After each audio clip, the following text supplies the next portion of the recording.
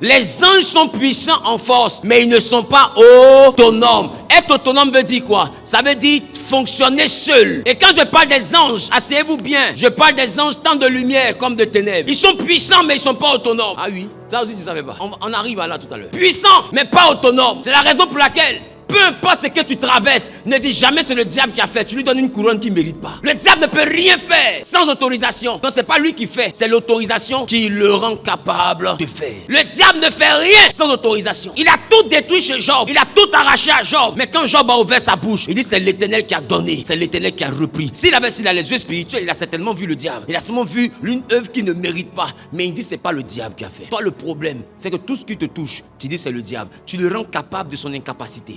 Ton Dieu te dit rien ne t'arrive si lui n'a pas permis. C'est-à-dire que même le diable, son action n'est pas autonome. Avant que son action ne se déclenche, il y a la permission qui dépend de toi, ton Dieu d'abord. Le diable ne fonctionne pas seul. Et quand Dieu ne déclenche pas l'action, Satan se promène, il fait comme s'il t'a pas vu. C'est ça qu'on appelle le livre de Job. Quand Dieu ne déclenche pas l'action, Satan se promène, il fait comme s'il t'a pas vu. Sinon il te voit bien. Et c'est Dieu qui lui demande, as-tu remarqué Job? Il dit, comment je fais pour ne pas le voir? Mais ta main est sur lui. Quand Dieu ne déclenche pas l'action, il se promène comme s'il ne te voit pas. Parce qu'il sait que le non ok, l'absence du ok de Dieu envoie la main de Dieu à rester sur la vie de celui dont on n'a pas encore donné le ok. Donc Satan connaît la main. Quand il voit, il sait qu'il est puissant. Mais comme il n'est pas autonome, là où il voit la main de Dieu, il n'a rien à faire. Alors il bouge. Qui commence à chanter les dire? Au fait, c'est un monde qui est organisé. Les démons regardent. Quand ils voient la main, ils ne touchent pas. Les anges regardent. Quand ils voient la main, ils protègent. Les démons regardent. Quand la main s'en va, ils touchent. Ça veut dire, au fait, l'absence de la main veut dire ok, toucher. Un peu comme des chiens qui sont dressés. Il a faim, mais comme il n'est pas autonome, tant que tu mets l'os et puis tu ne dis pas, prends, il prend pas. Quand il dit pas toucher, il est là. Il a faim, mais pas touché, il est là. Pas parce qu'il n'a pas faim, mais il sait qu'il n'est pas autonome. Il dépend d'un maître. Et c'est la même chose que Satan. Il a envie de faire un bisou à Job, mais comme il n'est pas autonome, il ne le touche pas. Il le regarde et il préfère faire comme s'il ne voit pas Job. Sinon, c'est un os qu'il a envie de croquer. Mais il ne peut pas toucher parce qu'il n'est pas autonome. Si tu n'es pas encore mort, c'est parce que Satan ne fait pas ce qu'il veut. Sinon, il y a longtemps, il t'avait tué. C'est pas l'envie qui lui manque, mais il n'est pas autonome. Il dépend d'un Dieu. Et la bonne nouvelle, c'est que celui qui était Dieu hier, qui est resté Dieu pour Satan, nous, il est devenu notre Père. En tant que Dieu, on ne touche pas ses créatures par hasard. Sans son ok. Maintenant, en tant que Père, c'est plus ses créatures, ce sont ses enfants. Créature même, il dit, sans mon ok, on ne touche pas. Et enfant. Voilà pourquoi la Bible dit, il n'y a donc aucune condamnation pour ceux qui sont en Christ. Il n'y a rien qui, moi, m'arrive, qui vienne de Satan.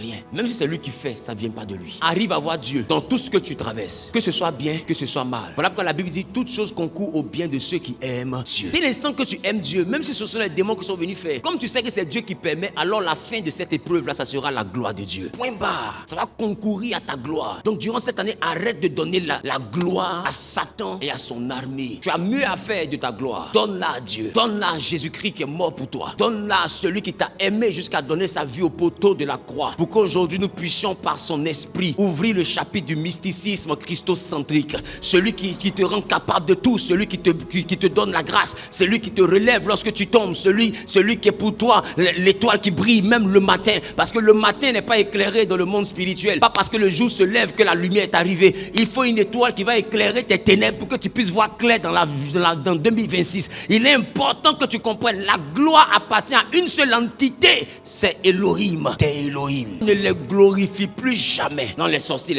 n'ont rien fait dans ta vie. Si ton travail est gâté, c'est parce que Dieu veut que tu passes par ce chômage, parce qu'il y a quelque chose qu'il veut faire et tu as besoin de passer par le chômage. Il y a quelque chose qui veut t'apprendre et tu as besoin de passer par le chômage. Il y a quelque chose qui veut t'enseigner et tu as besoin de passer par le chômage. Parce que ceux que Dieu a tant aimés sont plus grands que ceux que Dieu a bien aimés. David était le bien-aimé de Dieu. Dieu lui permettait tout. L'homme selon son cœur. Et David signifie bien-aimé. Si le bien-aimé, Dieu l'a protégé malgré ses erreurs. Nous ne sommes pas des bien-aimés. J'en dis car Dieu a tant aimé. Nous ne sommes pas des bien-aimés. Nous sommes des tant aimés. Il nous a aimés tellement que pour nous, il a donné son fils. Et vous voulez faire croire que à cause de ta vie, Dieu est fâché. C'est que Dieu ne va jamais se réconcilier avec quelqu'un. Je reprends. Leur puissance n'est pas auto-générée. Leur puissance n'est pas auto-générée. Donc quand les anges n'ont pas l'approbation de Dieu, ils manquent de puissance. Je vous donne l'exemple dans le ciel. Qui était le chérubin protecteur le plus puissant de tous les anges? Lucifer, non? Il s'est levé, il sera comme qui? Il va prendre la place de qui? Pourquoi? Parce qu'il était puissant. Et il sait qu'il n'y a personne comme lui parmi les créatures du ciel. Ça veut dire qu'il a tellement de puissance qu'il sait qu'il peut battre n'importe quel ange. Or, les chérubins sont au-dessus des archanges. Est-ce que je parle à quelqu'un? Les chérubins sont au-dessus des archanges. Et Michel est un archange. Donc, c'est-à-dire qu'en puissance,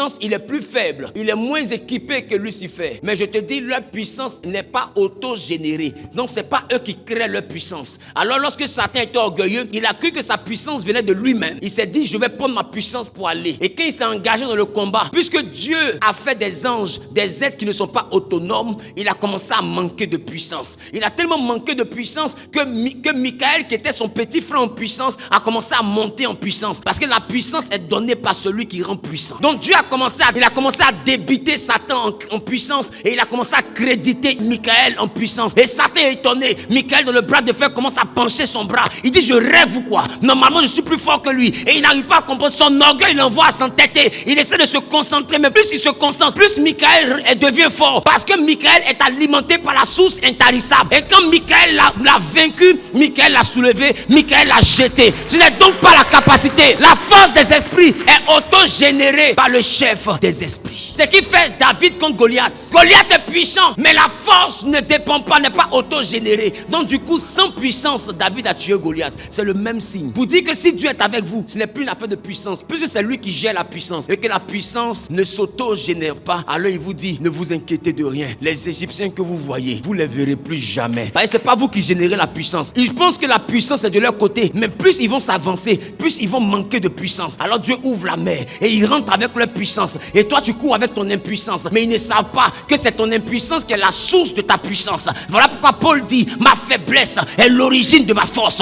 Alors quand je suis faible, c'est alors que je suis fort. Et eux ils ont commencé à courir après des faibles. Et plus ils courent, leur puissance diminue. Plus ils courent, leur puissance diminue. Laisse les ennemis te poursuivre. La Bible dit, ils te feront la guerre. Ils ne te vaincront pas. Parce que cette guerre est faite pour diminuer leur puissance et faire grandir ta puissance. Je veux dire à quelqu'un qui m'entend, 2026, c'est le terrain de la manifestation de la gloire de Dieu dans ta vie. Tu n'as pas dit amen. Donne un amen puissant à Jésus-Christ.